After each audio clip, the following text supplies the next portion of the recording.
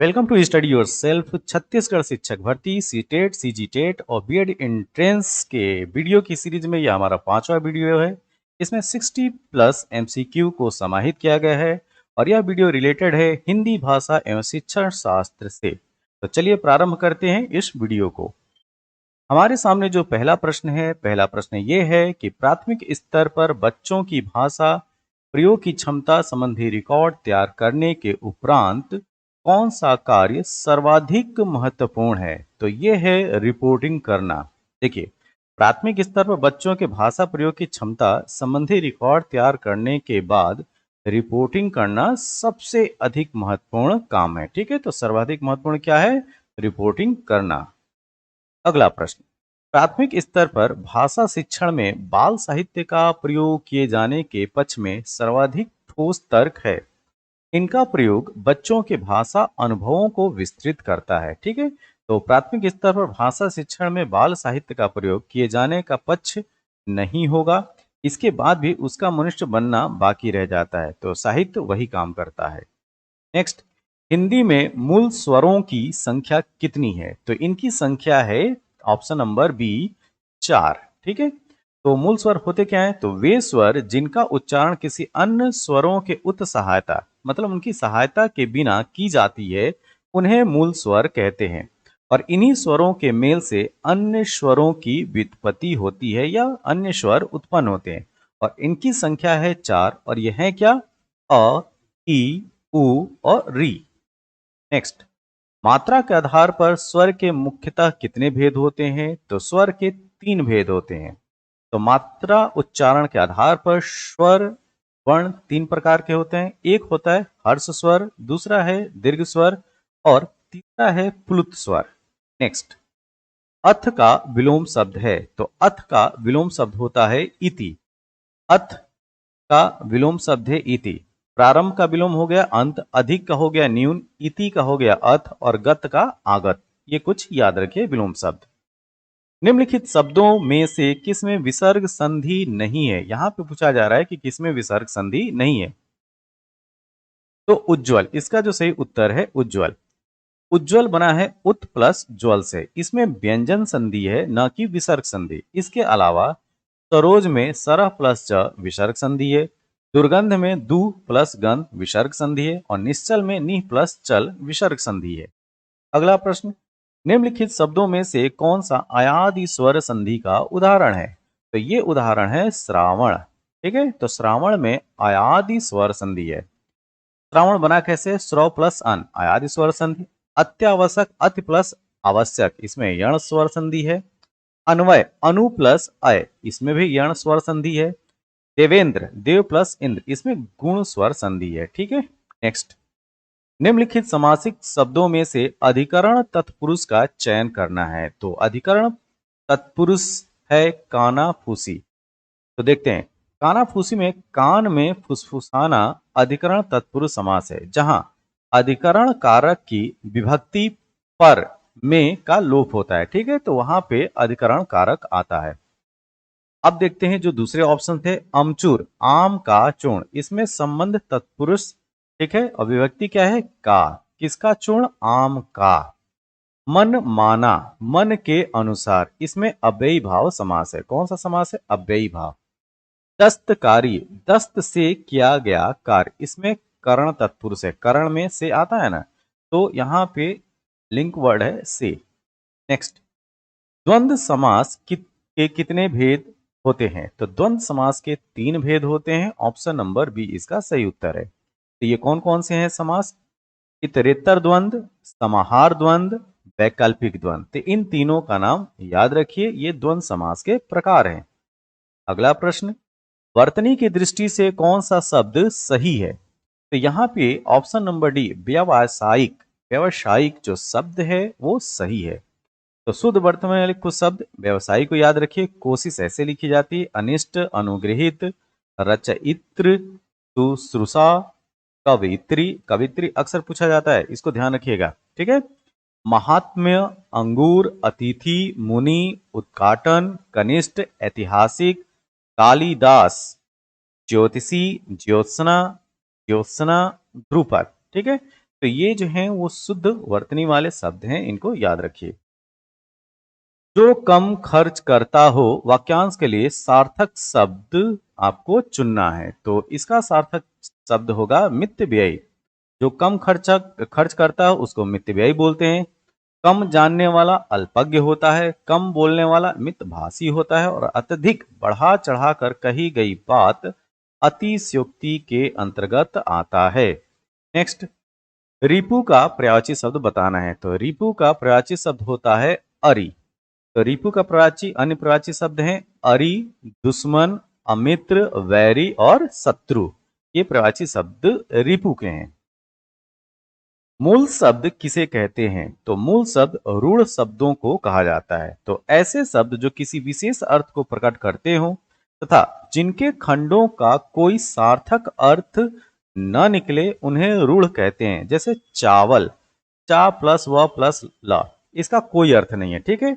अन्य इसके जो एग्जाम्पल है, उदाहरण है, वो है नाक, कान, पीला, पर, झट आदि। इन शब्दों के खंड करने पर इनका कोई अर्थ नहीं निकलता। नेक्स्ट, पर्यक शब्द का तद्भव शब्द है। तो पर्यक का तद्भव शब्द है पलंग, ठीक है। पर्यक का तद्भव है पलंग। तो पर्यक एक तत्सम शब्द है, इसका तद्भव होता है पलंग। तो तत्सम शब्द होते क्या हैं? संस्कृत भाषा के कुछ ऐसे शब्द होते हैं जो हिंदी में बिना परिवर्तन के प्रयुक्त होते हैं और उन शब्दों को तत्सम शब्द कहते हैं। जैसे कि अंगरक्षक, अंगुली, अंगुष्ठ, अंधकार, अछवाट, अच्छी, अछोट, अखिल, अगणित। इनमें से कौन सा उर्दू का उपसर्ग है? ठीक है, तो यहाँ पे ऑप्शन नंबर बी, ठीक, बे। उर्दू या अरबी फारसी के उपसर्ग में बे, हम, ला, सर, वे, गैर, कम, खुश, ना, बा, बद और हर हैं। नेक्स्ट, विजयदशमी संज्ञा का कौन सा भेद है? तो ये है व्यक्तिवाचक, ऑप्शन नंबर ए। विजयदशमी व्यक्तिवाचक संज्ञा का उदाहरण है। और व्यक्तिवाचक संज्ञा होती क्या है? जिस संज्ञा शब्द से किसी विशेष स्थान, विशेष वस्तु और विशेष व्यक्ति के नाम का पता चलता है, उस संज्ञा शब्द को व्यक्तिवाचक संज्ञा शब्द कहते हैं। जैसे स्थान में भारत, दिल्ली, अमेरिका, अमृतसर आदि। व्यक्ति की बात करें तो महात्मा गांधी, भगत सिंह, कल्पना चावला आदि। वस्तु की बात किया जाए, रामायण, महाभारत, ऋग्वेद, रामचरितमानस। अगला प्रश्न ये है कि बूढ़ा, बूढ़ा विशेषण से भाववाचक संज्ञा बनेगी। तो क्या बनेगा इसे? बुढ़ापा, ऑप्शन नंबर सी, बुढ़ापा। तो बूढ़ा विशेषण से बनने वाली भाववाचक संज्ञा है बुढ़ापा, ठीक है। तो भाववाचक संज्ञा होता क्या है? जिस शब्द से किसी वस्तु, पदार्थ या प्राणी की दशा, उसकी स्थिति और भाव का पता चलता हो, उस संज्ञा शब्द को भाववाचक संज्ञा शब्द कहते हैं। एग्जाम्पल देखते हैं। जैसे गर्मी, सर्दी, बुढ़ापा, जवानी, मिठास, खटास, प्रशंसा, शत्रुता, बपौती, प्रेम, लड़ाई, चतुराई, पहनाव, भुखमरी, एकता, औचित्य, पशुता, पुरुषोत्तम और अहंकार, ठीक है। नेक्स्ट, निम्नलिखित में देवता का पर्यायवाची शब्द कौन सा है? तो ये है विभुद, विभुद। देवता का पर्यायवाची शब्द है विभुद। तो देवता के अन्य जो पर्यायवाची शब्द हैं वो हैं सूर्य, देव, अमर, वसु, आदित्य, निर्जर, त्रिदश, ग्रीवाण, अदिति नंदन, अमर्त्य, अस्वप्न, आदित्य, देवत, लेख, अजर, विभूत। किंकर, किंकर के पर्यायवाची में अनुचर, दास, अर्दली, चाकर, परिचर, परिचारक, नौकर और सेवक। विपुल में अधिक, बड़ा, पर्याप्त, विस्तृत, हिमालय, विशाल, अगाध, पूर्ण, पर्याप्त। आलोकेश का राजा, शासक। नेक्स्ट, याचना शब्द का बहुवचन रूप क्या होगा? तो ये होगा याचना, ऑप्शन नंबर डी। हिंदी व्याकरण में कुछ शब्दों को एक वचन और बहुवचन दोनों स्थितियों के लिए समान रूप से प्रयुक्त किया जाता है। जैसे कि याचना, मुनि, घर और पानी। इसको वाक्यों के उदाहरण में देखें। मैंने ईश्वर से कितनी याचना की, ठीक है। दूसरा, मेरे एक याचना पर अवश्य ध्यान दीजिए। यहाँ दोनों वाक्यों में याचना शब्द को एक जैसे ही प्रयुक्त किया गया है। नेक्स्ट, पर्यायवाची से संबंधित इनमें से कौन सा युग्म सुमेलित नहीं है? ठीक है, तो ये है अग्नि और अनिल, ये मिसमैच है। तो ऑप्शन नंबर सी इस प्रश्न के अनुसार सही उत्तर है। अग्नि का तात्पर्य आग से है और अनिल का तात्पर्य हवा से होता है। इसलिए ये सही मेल नहीं है। और अग्नि के प्राची अनल, पावक, दहन, ज्वल आदि हैं। आगे हम बात करते हैं अनिल के प्राची में वायु, हवा, समीर, वात, मरुत आदि आते हैं। कमल के प्राच में पद्म, पंकज, नीरज, सरोज, जलज, कंज, राजीव, अरविंद, सतदल, अंबुज, सरसीज, नलिन, पुष्कर, पुंडरीक आते हैं। ठीक है, ये कमल के प्राची हैं। अब चलते हैं अगले प्रश्न में। आदमियों को खाली स्थान, भेड़ बकरी खाली स्थान की तरह हाँकने का जमाना अब नहीं रहा। कोष्ठक में दिए गए शब्द हेतु उपयुक्त वचन होगा। तो यहां पे होगा ऑप्शन नंबर डी, भेड़ बकरियों। तो सही विकल्प भेड़ बकरियों होगा। और भेड़ शब्द एक वचन है और बहुवचन भेड़ ही होता है। और बकरी का बहुवचन वाक्य के अनुसार बकरियों होगा। तो ऑप्शन नंबर डी इसका सही उत्तर है। अगला प्रश्न, आसमान से बातें करना मुहावरे का उपयुक्त अर्थ होगा। इसका उपयुक्त अर्थ होगा ऑप्शन नंबर ए, बहुत ऊंचा होना, ऑप्शन ए। प्राथमिक स्तर पर पढ़ने की क्षमता के आकलन में सबसे कम महत्वपूर्ण है क्या? अक्षर जोड़कर पढ़ना, ऑप्शन नंबर सी। इनमें से खाली स्थान है अक्षर बोध की विधि नहीं है, तो यह है प्रत्यक्ष विधि। तो संश्लेषण पद्धति के अंतर्गत दो विधियों का समावेश है, अक्षर बोध विधि, ध्वनि साम्य विधि। अक्षर बोध विधि में अध्यापक सक्रिय रहता है और बालक को वर्ण, शब्द तथा वाक्य का ज्ञान कराता है। प्रत्यक्ष विधि विश्लेषण पद्धति के अंतर्गत आती है। चलते हैं अगले प्रश्न पे। प्राथमिक स्तर पर आधारभूत कौशल है क्या? सुनना और बोलना। नेक्स्ट, प्राथमिक स्तर पर भाषा शिक्षण के अंतर्गत बातचीत एक महत्वपूर्ण उपकरण है क्योंकि यह सीखने और सीखी हुई बातों को सुदृढ़ बनाने का एक आधारभूत माध्यम है। ऑप्शन नंबर डी इसका सही उत्तर है। बच्चों की श्रवण योग्यता का विकास करने में सर्वाधिक सहायक है, तो ये है परस्पर बातचीत, ऑप्शन नंबर सी। किसी कक्षा में चित्रात्मक तथा रंग बिरंगे चार्ट होने चाहिए, कौन सा विकल्प इसके उद्देश्य की पूर्ति नहीं करता है? ध्यान दीजिए, प्रश्न में ये जरूर देखा कीजिए आप लोग कि उसमें नहीं करता है या करता है, ऐसा कुछ पूछा जा रहा है क्या? तो यहाँ पे बोला जा रहा है कि नहीं करता है। तो यहाँ पे सही उत्तर है ऑप्शन नंबर डी, बच्चों के कल्पना लोक के रंगों तथा आकृतियों को पहचान नहीं मिलती है। ठीक है, तो किसी कक्षा में चित्रात्मक तथा रंग बिरंगे चार्ट होने चाहिए। यह इस उद्देश्य की पूर्ति नहीं करता है कि बच्चों के कल्पना लोक के रंगों और आकृतियों को पहचान नहीं मिलती है। नेक्स्ट, अगला प्रश्न है कि बच्चों की लेखन क्षमता के आकलन में सबसे कम महत्वपूर्ण है, तो यह है मानक वर्तनी। तो बच्चों की लेखन क्षमता के आकलन में सबसे कम महत्वपूर्ण है मानक वर्तनी। नेक्स्ट, प्राथमिक स्तर पर हिंदी भाषा सिखाने का सर्वोपरि उद्देश्य है, तो ऑप्शन नंबर डी, भाषा के विभिन्न प्रयोगों की क्षमता का विकास करना। तो प्राथमिक स्तर पर हिंदी भाषा को सिखाने का सर्वोपरि उद्देश्य भाषा के विभिन्न प्रयोगों की क्षमता का विकास करना। प्राथमिक स्तर पर एक अध्यापिका संज्ञा पढ़ाते समय पहले संज्ञा की परिभाषा बताती है, उसके बाद उससे संबंधित उदाहरण समझाती है। अध्यापिका व्याकरण शिक्षण की कौन सी विधि अपनाती है? ये प्रश्न बहुत इंपॉर्टेंट है, इसको सोचिए थोड़ा सा और बताइए। अगर आप सोच चुके हैं तो इस प्रश्न का जो सही उत्तर है ऑप्शन नंबर सी, निगमन विधि। तो निगमन विधि होती क्या है, इसको थोड़ा सा हम लोग जानते हैं। देखिए, निगमन विधि में सामान्य से विशिष्ट की ओर उदाहरण प्रस्तुत किया जाता है और इस विधि का प्रयोग करते समय शिक्षक छात्रों के सामने पहले किसी सामान्य नियम को प्रस्तुत करता है और उसके बाद उस नियम की सत्यता को प्रमाणित करने के लिए विभिन्न उदाहरणों का प्रयोग करता है। तो ये होता है निगमन विधि। आपसे पूछा जा सकता है, इसको जरूर याद रखिएगा। अब चलते हैं नेक्स्ट क्वेश्चन पे। दी गई सहायक सामग्री में से शेष से भिन्न सहायक सामग्री चुनिए। ठीक है, तो ये है टेलीविजन, पत्र पत्रिकाएं, बाल साहित्य और समाचार पत्र दृश्य सामग्री है, जबकि टेलीविजन दृश्य और श्रव्य दोनों सामग्री है। तो ये डिफरेंस है। अमित पढ़ते समय कठिनाई का अनुभव करता है, वह खाली स्थान से ग्रस्त है। तो किससे ग्रस्त है? डिसलेक्सिया से, ऑप्शन नंबर बी। प्राथमिक स्तर पर अधिकांशतः बच्चे खाली स्थान कविताएं पसंद करते हैं, कैसी? लयपूर्ण कविताएं। तो प्राथमिक स्तर पर अधिकांशतः बच्चे लयपूर्ण कविताएं पसंद करते हैं और अतः रिक्त स्थान पर लयपूर्ण कविताएं होगा। नेक्स्ट, तीसरी कक्षा में पढ़ने वाली सुनन्या सुनन्या अक्सर स को श कहती है और भाषा शिक्षक होने के नाते आप क्या करेंगे? तो हम ये करेंगे कि यह क्षेत्रीय प्रभाव हो सकता है, इसलिए इसे स्वयं ही सुधार करने के लिए पर्याप्त समय देंगे।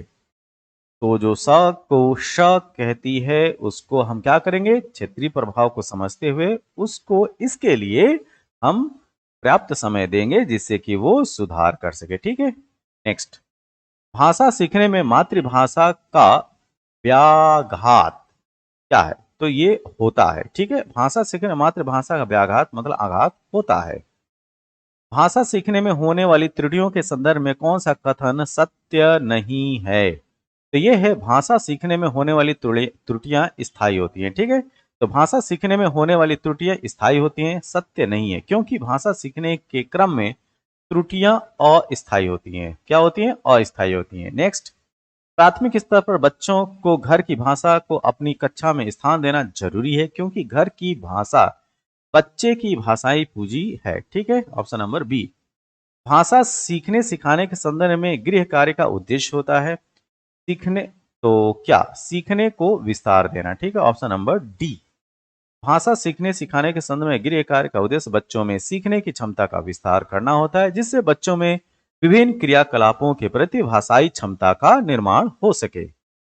अगला प्रश्न ये है कि प्राथमिक स्तर पर बच्चों को पठन क्षमता का आकलन करने में किस प्रकार की सामग्री सर्वाधिक महत्वपूर्ण है? तो यह है बाल साहित्य की कोई संवादात्मक कहानी। ठीक है, तो इस तरह के जो लिटरेचर हैं, ठीक, बाल साहित्य की कोई संवेदात्मक कहानी हो तो उससे प्राथमिक स्तर बच्चों की पठन क्षमता को आकलन करते समय बाल साहित्य की कोई संवेदात्मक कहानी सबसे महत्वपूर्ण होती है।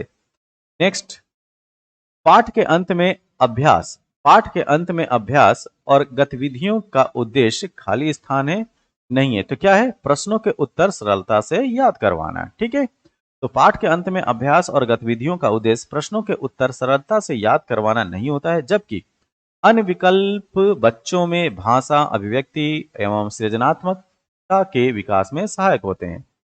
अब हम बात करते हैं अगले प्रश्न पे। पहली और दूसरी कक्षा में भाषा शिक्षण के साथ ही कला शिक्षा को समेकित करने का उद्देश्य नहीं है। ठीक है, तो क्या है? बच्चों के लेखन में परिपक्वता लाना। तो प्रारंभिक कक्षा में भाषा शिक्षण एवं कला शिक्षा को समेकित करने का उद्देश्य बच्चों के लेखन में परिपक्वता लाना नहीं होता है। गौरतलब है कि लेखन में परिपक्वता का एक दीर्घकालिक प्रक्रिया है। ठीक है। नेक्स्ट, पठन पाठन के अंत में ऐसे अभ्यास एवं गतिविधियां हैं जो बच्चों को स्वयं कुछ करने और सीखने का अवसर प्रदान करें। ठीक है, भाषा शिक्षण में खेल का सर्वाधिक महत्वपूर्ण स्थान है, क्योंकि खेल भाषा को विस्तार देते हैं। एक प्राथमिक शिक्षा के रूप में आप सतत और व्यापक आकलन करते समय किसे सर्वोपरि मानते हैं? तो यह है बच्चों द्वारा विभिन्न संदर्भों में भाषा प्रयोग की क्षमता। नेक्स्ट, भाषा सीखने की कौन सी विधि मातृभाषा को मध्यस्थ बनाए बिना दूसरी भाषा को सीखने में सहायक होती है? तो यह है ऑप्शन नंबर सी, प्रत्यक्ष विधि। भाषाई कौशल के संदर्भ में कौन सा कथन सत्य है? तो यह है, भाषाई कौशल एक क्रम से सीखे जाते हैं। तो जो लैंग्वेज स्किल है एक क्रम से सीखी जाती है, तो भाषाई कौशल एक क्रम से सीखे जाते हैं। नेक्स्ट, भाषा शिक्षण में बालक में मौखिक कौशल के विकास के लिए खाली स्थान है, सबसे कम महत्वपूर्ण है क्या? प्रश्नों के उत्तर पूछना, ऑप्शन नंबर बी। भाषा विकास के संबंध में कौन सा कथन सही नहीं है? ठीक, भाषा विकास व्यक्ति निरपेक्ष है। क्या? व्यक्ति निरपेक्ष है। नेक्स्ट, अगला अगला प्रश्न ये है कि भाषा अर्जन के संबंध में कौन सा कथन सत्य है? तो समाज सांस्कृतिक परिवेश के अनुसार अर्थ ग्रहण की प्रक्रिया स्वाभाविक होती है। इस प्रश्न को फिर से देखिए। समाज सांस्कृतिक परिवेश के अनुसार अर्थ ग्रहण की प्रक्रिया स्वाभाविक होती है, यह इसका सही उत्तर है। नेक्स्ट, अपराध। अपराध शब्द है भाववाचक संज्ञा, तो अपराध शब्द भाववाचक संज्ञा का उदाहरण है, और अन्य उदाहरण है भाववाचक संज्ञा के बुढ़ापा, मिठास, बचपन, थकावट आदि। किस शब्द में एक प्रत्यय, ये अक्सर पूछा जाता है, ठीक है, तो किस शब्द में एक प्रत्यय का प्रयोग नहीं किया गया है? तो ये है भय। भय में एक प्रत्यय का प्रयोग नहीं किया जा सकता है, जबकि जीव, स्वभाव एवं प्रकृति में एक प्रत्यय का प्रयोग से क्रमशः जीव में जैविक हो जाएगा, स्वभाव से स्वाभाविक हो जाएगा एवं प्रकृति में प्राकृतिक शब्द की उत्पत्ति होगी एक प्रत्यय के जोड़ने से। कीट और इंसान शब्द हैं कैसे? आगत, ये आगत शब्द कहलाते हैं। तो थोड़ा और हम इसके बारे में विस्तार से जानते हैं। भाषा के प्रयोग के दौरान व्यक्ति द्वारा तत्सम, तद्भव, देशज, आगत शब्दों का प्रयोग किया जाता है।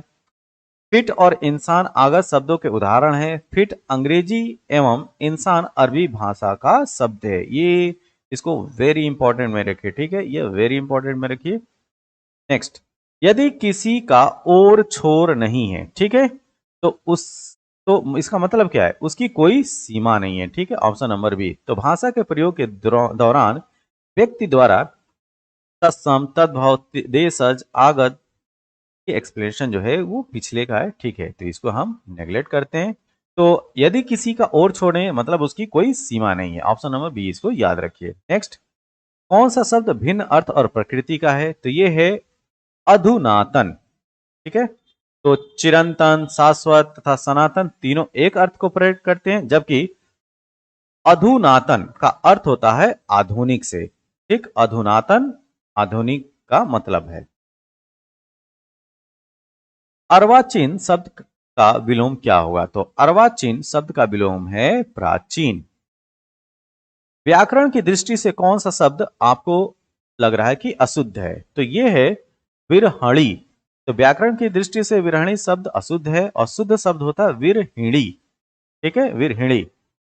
नेक्स्ट, निम्न में से कौन सा युग्म गलत है? आपको जो है मिस मैच युग्म को निकालना है। तो यहाँ पे जो ऑप्शन नंबर बी है वो सही है, सब्ज बाग दिखलाना, हरा भरा करना, ठीक है। देखिए, सब्ज बाग दिखलाने का मतलब होता है, इस मुहावरे का जो अर्थ निकलता है वो लालच देकर भकाना होता है। बाकी के जो युग्म है वो सही है, जैसे लुटिया डूबना, सारा काम चौपट होना, मुट्ठी गरम करना, रिश्वत देना, माई का लाल मतलब साहसी व्यक्ति। मेरी भव बाधा हरो, राधा नागरी सोय, जातन को झाई परे, श्याम हरित दूती होय। उपयुक्त दोहे में कौन सा अलंकार है? तो ये है श्लेष और रूपक दोनों, ऑप्शन नंबर सी। तो थोड़ा सा विस्तार से जानते हैं इसको। देखिए, प्रस्तुत दोहे में श्लेष और रूपक दोनों अलंकार है। इस दोहे में श्याम का दो अर्थ है, पहला अर्थ श्री कृष्ण और दूसरा जो है सांवला, अतः श्लेष अलंकार है। इसमें रूपक अलंकार भी है, जैसे आरती गांधी द्वारा संपादित पुस्तक बिहारी सतसई चुनी हुई रचना में इस दोहे को अन्योक्ति अलंकार बताया गया है, ठीक है। नेक्स्ट, देशभक्ति में कौन सा समास है? तो इसमें है तत्पुरुष समास। देशभक्ति में तत्पुरुष समास है। यह चतुर्थी तत्पुरुष मतलब संप्रदान तत्पुरुष के अंतर्गत माना जाता है और इसका विग्रह देश के लिए भक्ति से है। नेक्स्ट, गौशाला में कौन सा समास है? तो गौशाला में समास का नाम है द्वंद्व समास। तो गौशाला में तत्पुरुष समास है और यह चतुर्थी तत्पुरुष संप्रदान तत्पुरुष के अंतर्गत आता है और इसका विग्रह है गो के लिए शाला मतलब घर। प्रागैतिहासिक, इसको ध्यान से देखिए, प्रागैतिहासिक में किस उपसर्ग का प्रयोग किया गया है? तो इसमें है प्राक, जो उपसर्ग है वो है प्राक। तो प्रागैतिहासिक में जो उपसर्ग है वो है प्राक, इसको याद रखिए। यह वीडियो आपको कैसा लगा? जैसा भी लगा हो आप अपने सुझाव कमेंट बॉक्स में जरूर दें। इस वीडियो की पीडीएफ के लिए स्टडी योरसेल्फ का टेलीग्राम चैनल ज्वाइन कीजिए।